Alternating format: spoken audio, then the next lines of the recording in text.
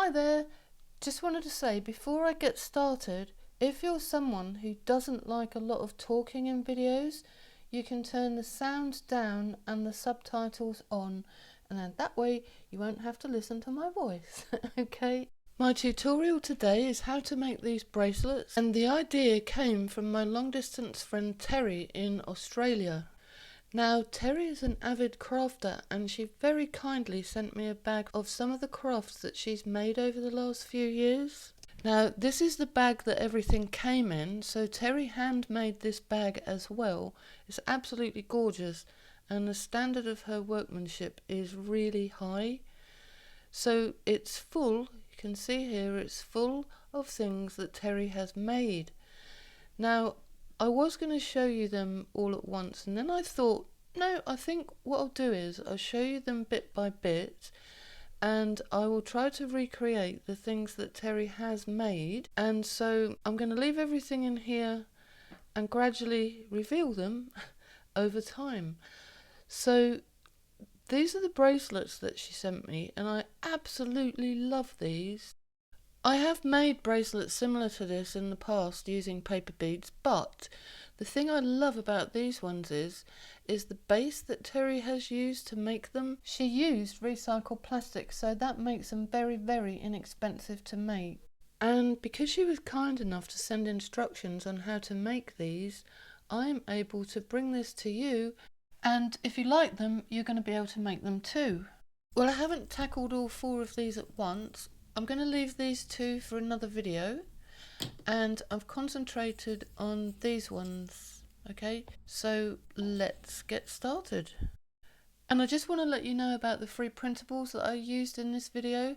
These ones are already available on my website. They have been for some while, and I have actually added a new one to the collection. I didn't actually use this one in the video, but I will be using this at a later date. So you can go and download this from www.funcraftstodoathome.com. All of my free printables, all the past ones, all the current ones, they're all there. I never take any of them down. So you can go over there, and if you look at the pages, the different pages I have, if you can't locate the printable that you want on the particular blog post that it relates to, just find my free printables page, and all of my free printables, the ones that I have published so far over the last few years, they're all on the free printables page, okay? And you do have to be really careful when you are on my blog, because I do have advertising on there, because it helps me pay to run the blog. Sometimes people have said to me that they've clicked on a link and they've been asked for payment. Now, if that ever happens, click off the link, because that means that you haven't clicked on the proper link. All of my links look like this, where you see the red arrows. Every single link that I put in there to the free printables will always be directly underneath the picture of the printable. Okay, it will always be this small link that says get your free printables here. It will always be blue, as links are. Okay, so that's what you have to make sure that you click on. And all of those links, all of my links, go directly to my Google Drive. The thing is, when you have advertising on your website, if you have to have it there because you need it to help pay to run the site, it can all get very confusing. So just remember, these are the links that you are looking for and nothing else, okay? The problem is the ads are being placed in between my rows of pictures of free printables, and I'm in the process of figuring out how to stop that. So just to be clear, this that I'm showing you here is my free printables page, where all my free printables are listed. But as each new design comes out, there is a blog post that goes with each new design, so you can also get the free printable on the individual blog post. So there's 2 different places that you can get them. You can either get them on the individual blog post that relates to them, or you can go straight to the free printables page and look to find the listing there. So take this one for example, that's going to be on the blog post that goes with this video. There will be a link in the description underneath this video that will take you straight to my website, where you'll find the blog post that contains the link to this free design. So once you get over there, you will find that the link to the free design is in the caption directly underneath the picture of the design. So you need to scroll almost to the bottom of the blog post, because I always put my free printables towards the end of the blog post, and the link will appear like this. So it's directly underneath the picture of the free printable. Okay, so I have the name of the free printable, which in this case is Pastel Circles, and then directly underneath the name of the printable is your link. And that's all you need to click to get to Google Drive, where you can download the PDF and the JPEG completely free. There are a few terms and conditions to using the printable. There's not many, but the link to those terms and conditions is also in the blog post. And the reason that I can offer these free is because of the advertising. The advertising revenue helps me to run the website, and so I don't have to charge for my design. I hope that all makes sense, and I hope it's helped clarify how you get to my free printables. And if you do have any questions, please feel free to leave a comment below and I will get back to you. And now to the tutorial. So to begin with, you need to cut some paper bead strip, and I'm going to show you two of many different methods there are of cutting your paper bead strip. This template that you see me peeling the protective backing off here is a paper bead strip template that I manufacture myself. I do actually sell these on Etsy, and there will be a link to my Etsy shop where you can buy one of these.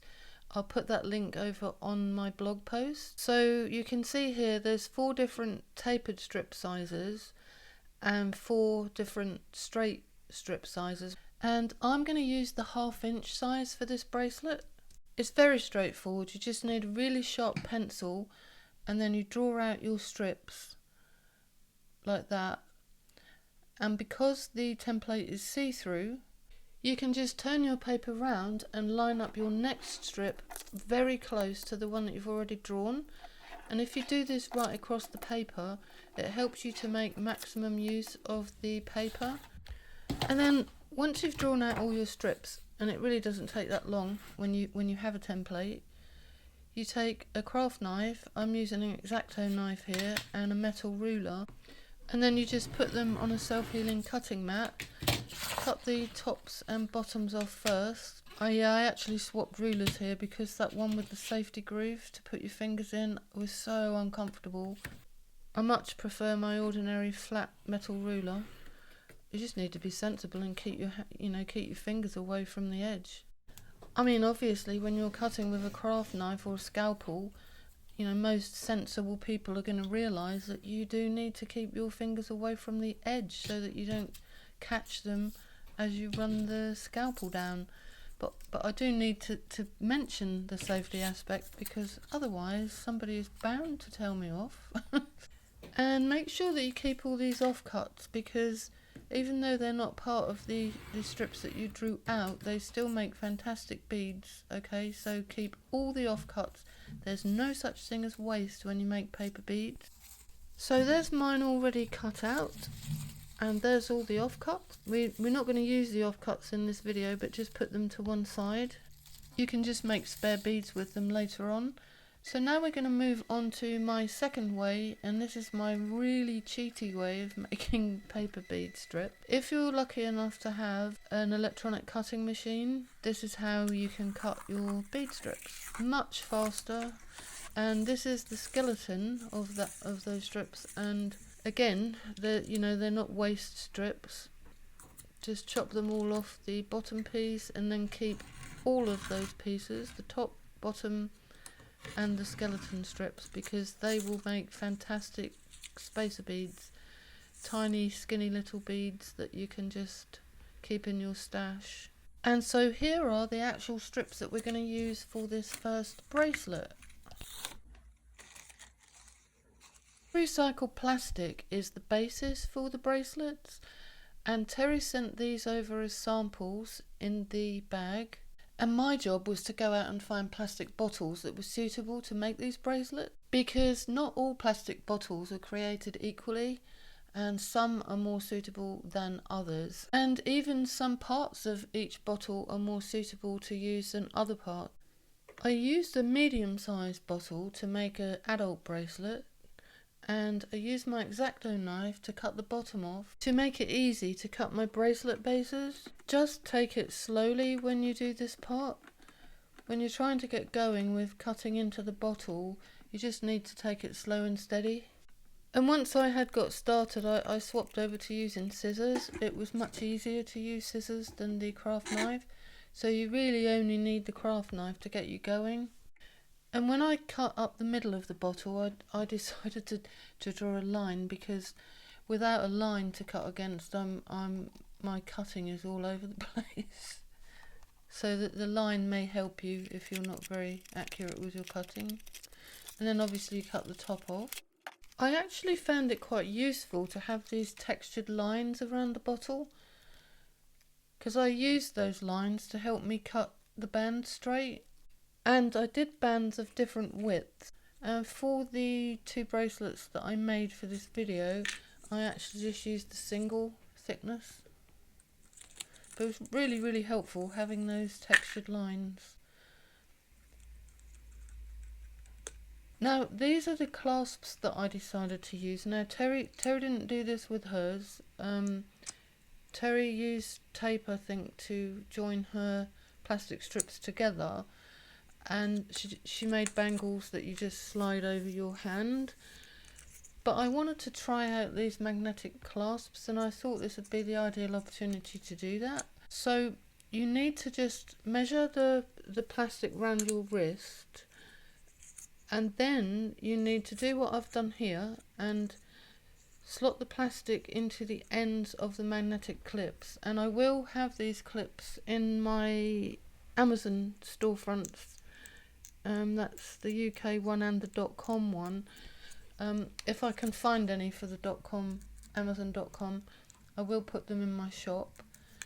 They'll definitely be in the UK one. And then you just need to mark, as I've done here, so that you know where to start the paper bead strips from. And these are the clasps. They don't cost very much. This is the most expensive part of making these bracelets, but they don't cost much. Now this bit is quite embarrassing, because this was how I tried to figure out how many strips I was going to need for a bracelet that measures 17 centimetres around my wrist. And I know what you're probably thinking. You're probably thinking this is a bit of a cack-handed way of doing things, and it probably is. But me and maths just do not go together. And it's much easier for me to try and figure things out on a practical level, so just ignore what I'm doing. You will know the circumference of your wrist and how wide you've made your strips, and you'll be able to figure it out mathematically. I probably could if I sat down and really thought about it, but this is how I do things. Anyway, the next thing you need to do is put double-sided tape on the ends of all of your strips. As you're watching this, I want you to remember that when I filmed this, I was actually filming this as I figured out how to do this. So I didn't have a practice run. This is the practice run. And you're probably thinking, there's a much easier way of putting the double-sided tape onto the ends of the strips, because you need to do both ends, right? And I'm not sure, because I'm doing this voiceover afterwards as I watch the film. I think I do show you in a moment how I made this a bit easier and a bit quicker. So that's what you need to do anyway. However you choose to do it, you need to have double-sided tape on either end of your strips, every strip. On the back of every strip, you need a piece of double-sided tape cut flush with the strip. Alright? Oh yeah, so this is how I did it in the end, because it was just too slow to do each one individually. And I know this might look a little bit wasteful because of all the bits in between the strips that get wasted, but honestly, I've had that roll of double-sided tape for about 25 years. So yeah, I'm not really bothered about waste with that. Now, I thought this part was going to be really, really tricky, but it wasn't that bad. And once I got into the rhythm of how I was doing it, and it did, it took me a few strips to get into the rhythm of how to do it. Just bearing in mind I had never done this before. So the main problem was that when I wound the strips around the plastic, the main thing was I obviously needed to finish each strip on the back of the bracelet, so the inside of the bracelet. And people watching, they may think, what, is she crazy? All you got to do is, if it's going to overlap to the front, all you need to do is just cut the strip off short so that you don't go over onto the front. Well, yeah, it took me almost to the end of finishing the bracelet before I figured that one out. Actually, no, I didn't figure it out while I was making this bracelet. I remember what happened now. I made the bracelet and then I had to kind of patch things up where I wasn't happy with where the strips finished, because I think about 4 of them ended up finishing on the front. I don't really get it, because I wound all the strips were the same length, and I wound them all sort of, with the same kind of tension, and yet some finished on the back, some finished on the front. But you will see in a minute how I dealt with that, and the bracelet looks absolutely fine. You'd never know that there'd been an issue. But actually what happened was, I woke up in the middle of the night, of the night when I finished this bracelet. I woke up in the night, as you do, and was kind of laying there mulling things over, and it just suddenly hit me, oh, you fool. All you need to do is, if you think you're going to go over onto the front, like I did here, with exactly what you're seeing here, all I needed to do was cut that strip short and not bring that piece over the top. So if you make this bracelet, just remember that you can cut it, and yeah, I know you're going to have to put another piece of tape on there, but compared to the work that you need to put in if you do take your strips over onto the front, it's worth just cutting it off short and just putting another piece of tape on there. So yeah, I learned as I went along with this, and then I made a second bracelet and I did things slightly differently. And I did film that too, so you will see how I made the second bracelet after this one. So you will see how I corrected the what I perceive to be mistakes in. But the thing is, everyone will find their own way of doing things. I sometimes can be a bit I wouldn't say clumsy, but I can be a bit, not sort of thinking in the moment of how to do things better. It usually occurs to me several hours after I've done something, and then I'll go back and I'll do it again, and I'll realise that, yeah, this is a much easier way to do things. So you can see there, look, I can't believe I didn't think of it at the time. It's so obvious. Just cut it off and don't bring it over onto the front. And also, by this point, I'd got into a real rhythm with the winding. It was just a question of folding it under and just pinching the sides, and then folding it over and pinching the other side. And once I got into that rhythm, it was much, much quicker to get the paper wound around. Of course, the other brilliant thing about this is you don't need a paper bead roller, which is brilliant. Yeah, so I needed to find a way to neaten up those.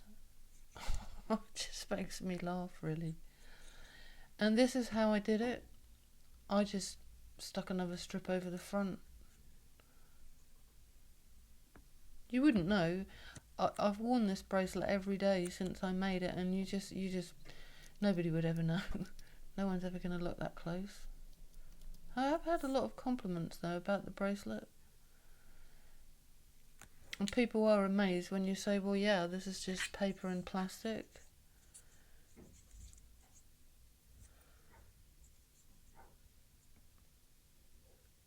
So this is a bit of a faff. And so I was really relieved that I had the brainwave, that suddenly the light bulb came on and it's, oh, just cut it off on the back. But anyway, you live and learn. And at least I did learn.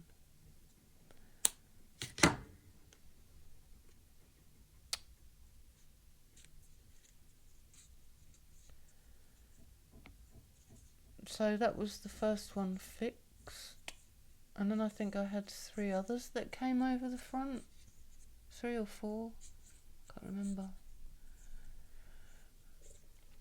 Anyway, if this happens to you, if you have any mishaps and you bring yours over the front and they get stuck down and you can't pull them off, that's how you fix it. Just put another piece over the front to disguise what you've done. And next time, do it properly. I was going to use this Mod Podge dishwasher safe to seal the beads, but then I decided that I was going to use Mod Podge matte because I didn't really want that bracelet to have a high gloss to it. So that's what I did. I used this one, Mod Podge matte. And then I had to find a way to hang this bracelet up when it was drying after I had put the Mod Podge on. So this is what I did. I pierced a hole in the end of it and then I just hung it on a kebab stick, shoved into a piece of Florist Oasis. I hadn't actually put the Mod Podge on at this point. I was just demonstrating how I was going to dry it when I had put the Mod Podge on. So yeah, that's how I did it. And it was very effective. I didn't have any problems, didn't stick to anything. It was good. Which is more than I can say for what happened with the super glue. Oh my goodness. I couldn't believe the mess that I got into with a £1 pack of super glue. Honestly, you talk about needing adult supervision. I had no gloves on and I couldn't really see what I was doing because I was filming and I didn't have it as close to me as I would have done if I wasn't filming. So it got stuck to my fingers, and listen to this. That was the sound of the clasp pinging across the room when I tried to get it off my fingers, and glue went everywhere, and I even ended up with glue in my hair. Have you ever had super glue in your hair? I am so lucky it didn't go into my eye. Anyway, I won't bore you with the big clean-up story, but this was the end result anyway. I finally got the clasp on and everything was absolutely fine. And I now know that I have to be really, really, really careful with super glue. I honestly thought that I could just open the top, shoot a little bit into the well of the clasp, push the end of the bracelet in, hold it there for a few seconds, everything would be fine. No, it wasn't like that at all. Needed much more care to be taken than I took. So if you do use super glue, just be warned. And if you have any suggestions as to what glue that I could have used that would be a little bit safer than super glue, do let me know in the comments, thanks. So now I'm going to show you how I did things a bit differently with the second bracelet. Well, the first thing that I did differently was to put some double-sided tape all along the inside of the bracelet. So this cut out the need for me to put single pieces of double-sided tape on each individual paper bead strip. Now, I had no idea if this was going to work. I had no idea if it was going to be easy to get the double-sided tape inside this strip of plastic, because obviously it's curved, and it did take a little bit of effort to get the tape adhered to the inside, but I did it. It wasn't that bad. So that's the first thing. Put tape on the inside of the bracelet. Well, or the outside. That'll probably work as well. And then you just got to check your fit and everything, and do what I did before, where you mark your lines, we put the clasps on. Then I needed to get my strips ready, and because I used my plastic template to draw these strips out, they all came to a point, and I didn't really want them to come to a point. I wanted them to be more blunt, but it was no problem. I just snipped the ends off.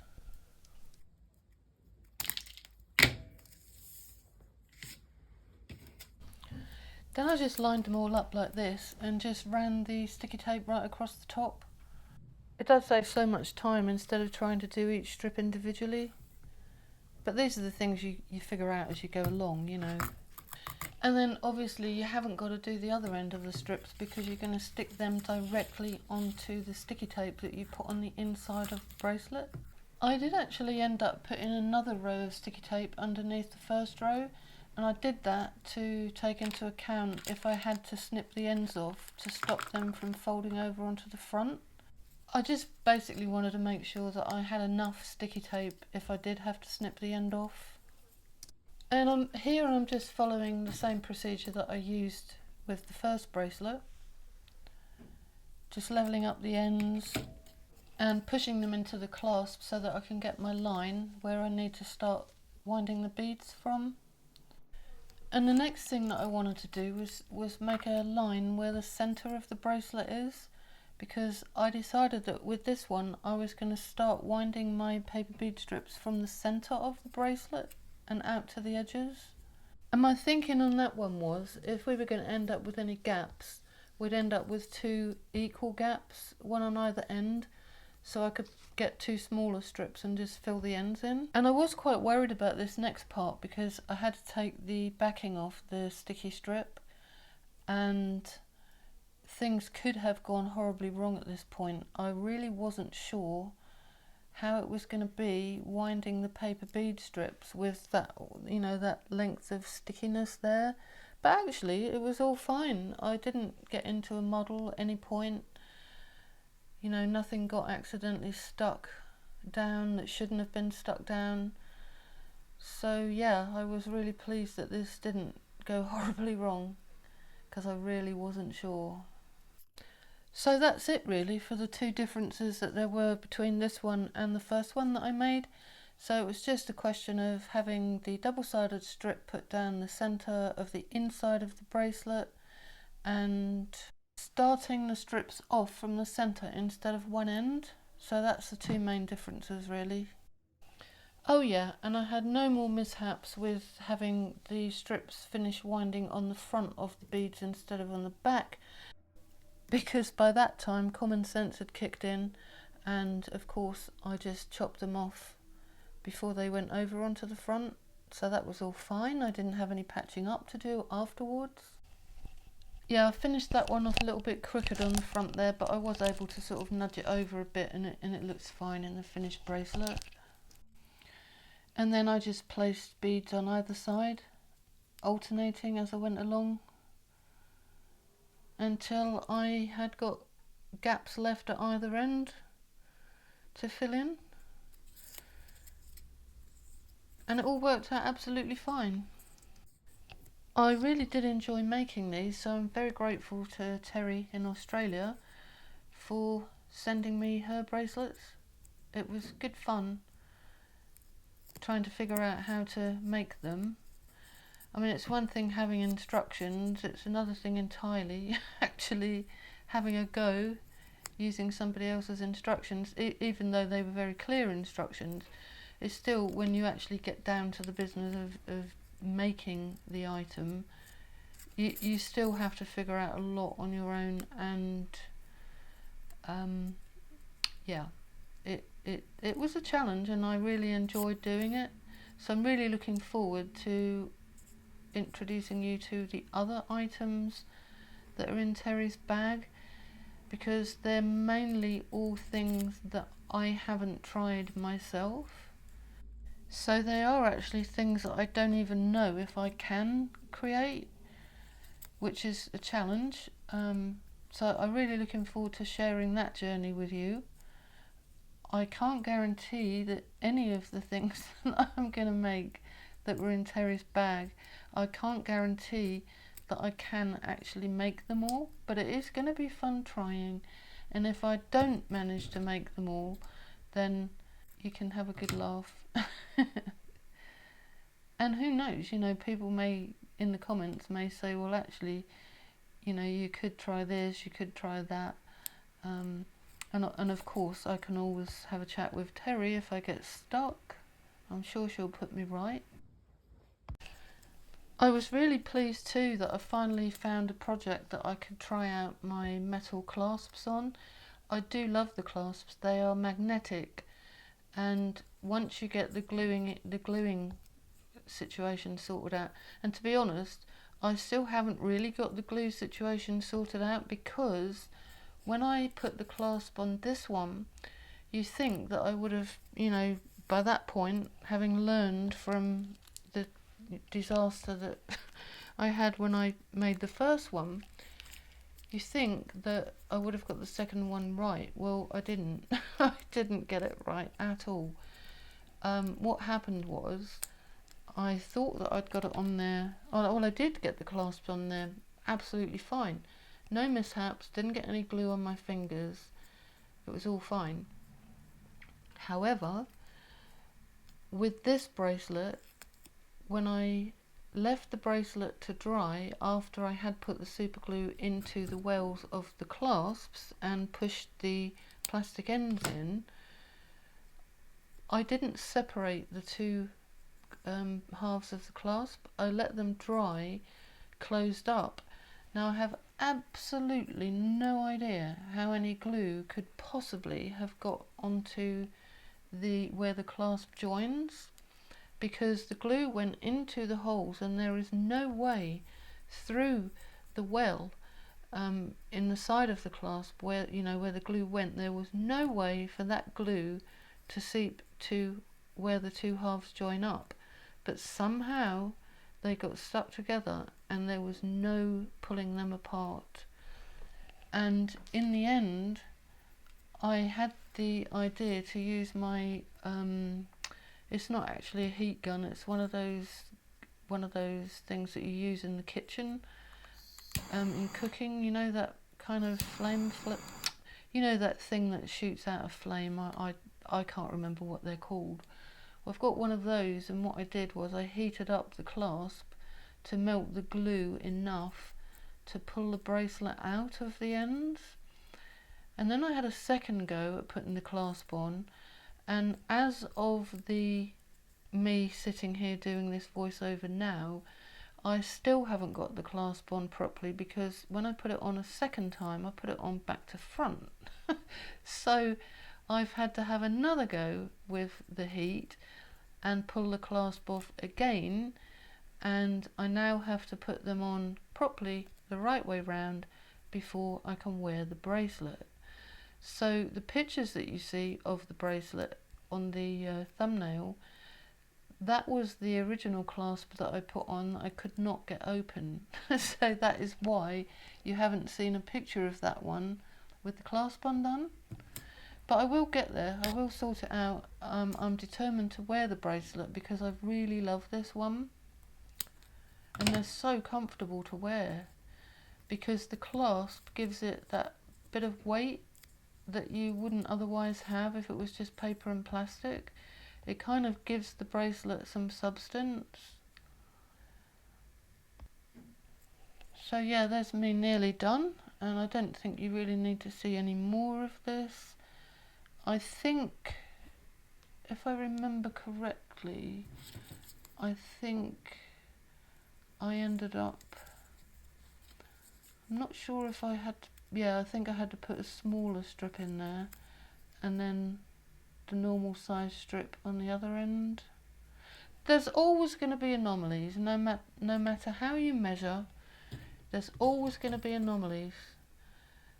Yeah, that's what I had to do. But at the end of the day, once your bracelet's finished and the clasps are on, nobody is going to look at your bracelet and go, oh, you've got different size strips there.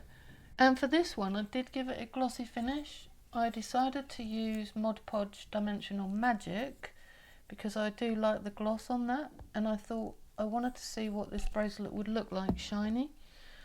So that's what I did. I used Dimensional Magic, and this time instead of painting the whole thing at once, I did the front first, and then I let that dry, and then I did the sides and the inside. With the other one, I put the sealer on all in one go, and I did find it quite difficult to juggle the bracelet and not get the sealer all over my hands. So this was much easier. And this was how I hung it up to dry the front, and then when it came time to dry the inside, I just took a miniature bulldog clip and did it like this. Just hung it between two plastic tumblers. Doesn't take long to dry. If you use Dimensional Magic, it dries really quickly. And there is my finished bracelet, and I really do love this one, and I can't wait to wear it. It's just I need to sort the clasp out, because the one you see there is the clasp that I could not get apart for love or money.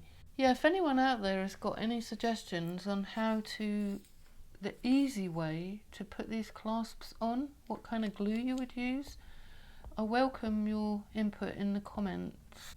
I think I might try a hot glue gun next and see what happens.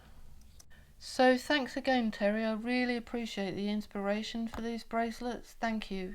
And just in case anyone's interested, Terri's actually now moved on to making music. She has a channel on YouTube called Tezza's Wordsmith Cafe, and you can go over there and listen to Terri's songs. Some of them are going to make you smile. They're really good. I really enjoy listening to them, and I'm sure she'd really appreciate if you feel like subscribing to her channel as well.